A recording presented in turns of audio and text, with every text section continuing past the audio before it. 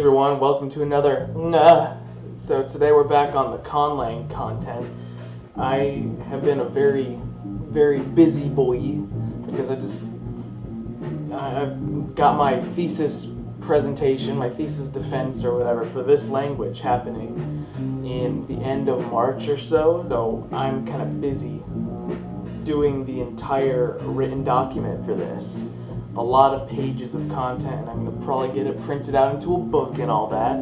So it's going to be cool because I've got $1,000 of university money that I could use on funding, so I figured why not make a fancy book out of it. And so the book's got to start with an introduction, so I'm working on the introduction right now. And in this introduction is the subject of today's video, and that is what are the endonyms and exonyms for this language. We're going to find out because it honestly took me a while to find out because, you know, the complicated history as is explained in this long prelude where I explain my whole life story, but then we get here to nomenclature. You can see here, the language is known by many titles depending on who is speaking and in what context. Because of the origins of the world of Elfon Cosnosha, there are also English names for these various place names and demonyms found there. As well as this, there are political divisions that could determine the name of the language.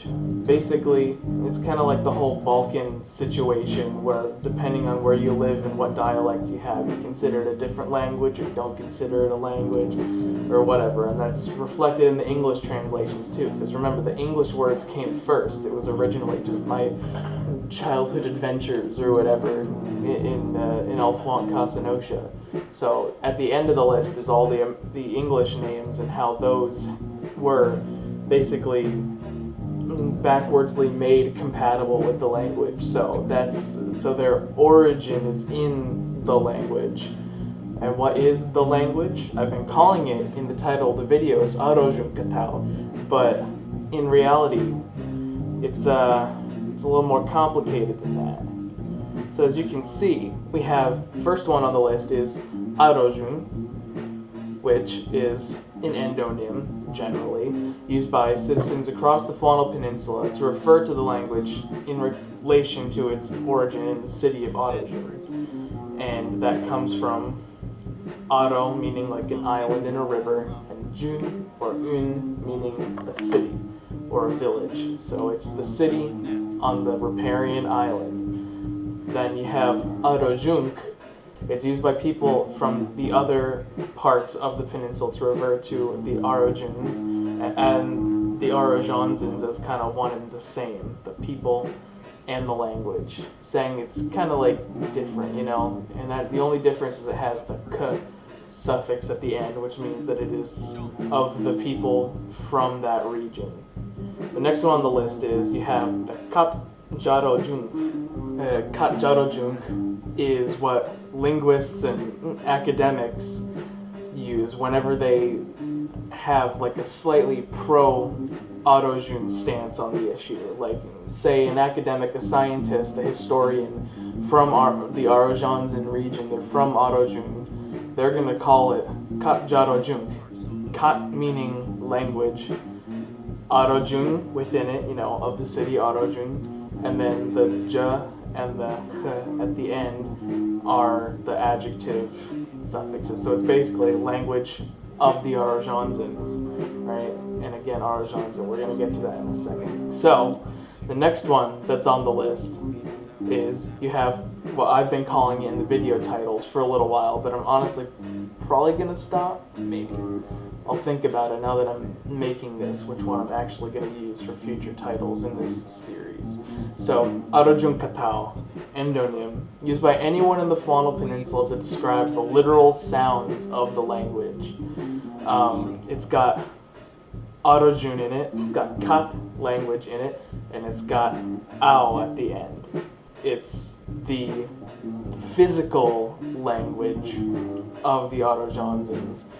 Au is an ending that's put on the end of nouns that exist in the physical world, meaning this is speaking of the actual literal sounds that are coming out of people's mouths whenever they're speaking katjarojunk or arojun or arojunk. So I've been calling it that for a while because it's the literal sounds, but considering I, am a a human and not those non-furry dog people.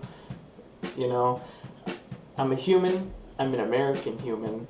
I'm not one who is releasing ojun katauu. I am releasing ojun, or flannel, or whatever I decide to side with, which I'll get to at the end again. So I'm probably going to refrain from calling it ojun katauu. I've already been calling it ojun for a while, and I'll get to why in a little bit, but we're going to go on from there. So the next one we have is huangkat, which is used by citizens of the southern and southeastern portions of the peninsula to refer to the language that they speak. And it's also political in connotation, because huangkat implies that the language basically belongs to the flannels and not the Arojanzans. So it's owned by the other group, other main, most powerful group in the peninsula. So a lot of people who are proud of their language, considering it not Arojanzan and specifically different from the Arojanzans due to, you know, a racism that's kind of built up in the peninsula over thousands of years. That's what they call it. The next one is the academic version of that, what academics who prefer the flannel side will call it katauu, which in its pronunciation does contain an Agma, katauu, language of the flannels. Yeah, again, it's referring to it being specifically a different language from Arojanzan, which again, when you think of it literally, it's really not. It's just different dialects of the same language, different speech patterns. It's like the people who live in the more heavily populated flannel regions would basically consider the Arojanzan dialect to sound like how we with our Arizona or general Western American accents would consider like a southern accent from like Mississippi or something. It's kind of like a off to the side little hillbilly type sound, but it's still the same language. It really is, but again, they don't necessarily believe that due to their complications. The next one we have is just huanc, which is in the name of the country, with all those good old lateral sounds. And again, this is an endonym used by the flannel people, or the huanc, because the name huanc is just the nationality of Flan, you know, people who are from Flan. So if a huanc person, which is definitely a thing that exists in this universe, it's a race or a sub-race, ethnicity group, kinda. And so a huanc person can say that they speak huanc because they're biased in favor of calling the language after themselves and not the Arojanzan. So again, then you have the original name for this language. And the original name for the language is Mi'kmaq. So Mi'kmaq is used by people across the peninsula to describe the manner in which the people speak. And so it's, at first it was used by basically like aristocrats and rich people and stuff to talk about how people in the bigger cities in general speak. They would basically use it to talk down on them, like they speak worse, like they have the gente, they have like the general population speak instead of like the speak of, you know, the rich and eloquent or whatever. But then of course, as the Arojanzans and flannels, as everyone in this peninsula is one to do, they kind of just claimed it for themselves, slapped the name on with their own. And Mi'kmaq became what people use to describe the speech that is coming out of them. That's what I originally called it. And again, because I can't personally replicate the Mi'kmaq, I have refrained from calling it that. Though it is much more neutral, you know, there's no contention between the flannels and the Arojanzans as to what to call it. So it's politically neutral unless you're talking about things from like a social class kind of perspective. But even then, that doesn't really apply anymore. But again, I'm not going to be able to speak Mi'kmaq even though I am the only human in the real world that could ever produce ojun in general. Then the next one we have is which basically Casanoshan language, going and becoming Kasanosian in English. That is the language of the Kasanosians, which was Kasanoshia was originally used by the Paramachicans to refer to the Arojans as being weird because they had their interesting construction techniques and all that. But again, they took ownership of that. It became a part of the country's name, and so people decided to use that name to refer to themselves in the context of being around people from other countries. So they'll be like, it's kind of like, oh, I'm American or whatever, but no, they'll be like, oh yeah, I proudly speak Kasanosian, I proudly speak Kachakostanoshia.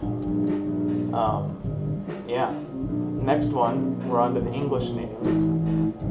We have Fwanel, and Fwanel is used by people in the real world, aka me, and then anyone who's potentially reading my material and my friends or whatever, or whoever's in my D&D groups, etc., as we're speaking in English and stuff, and I don't want people to have to code switch every time they talk about the Fwanels.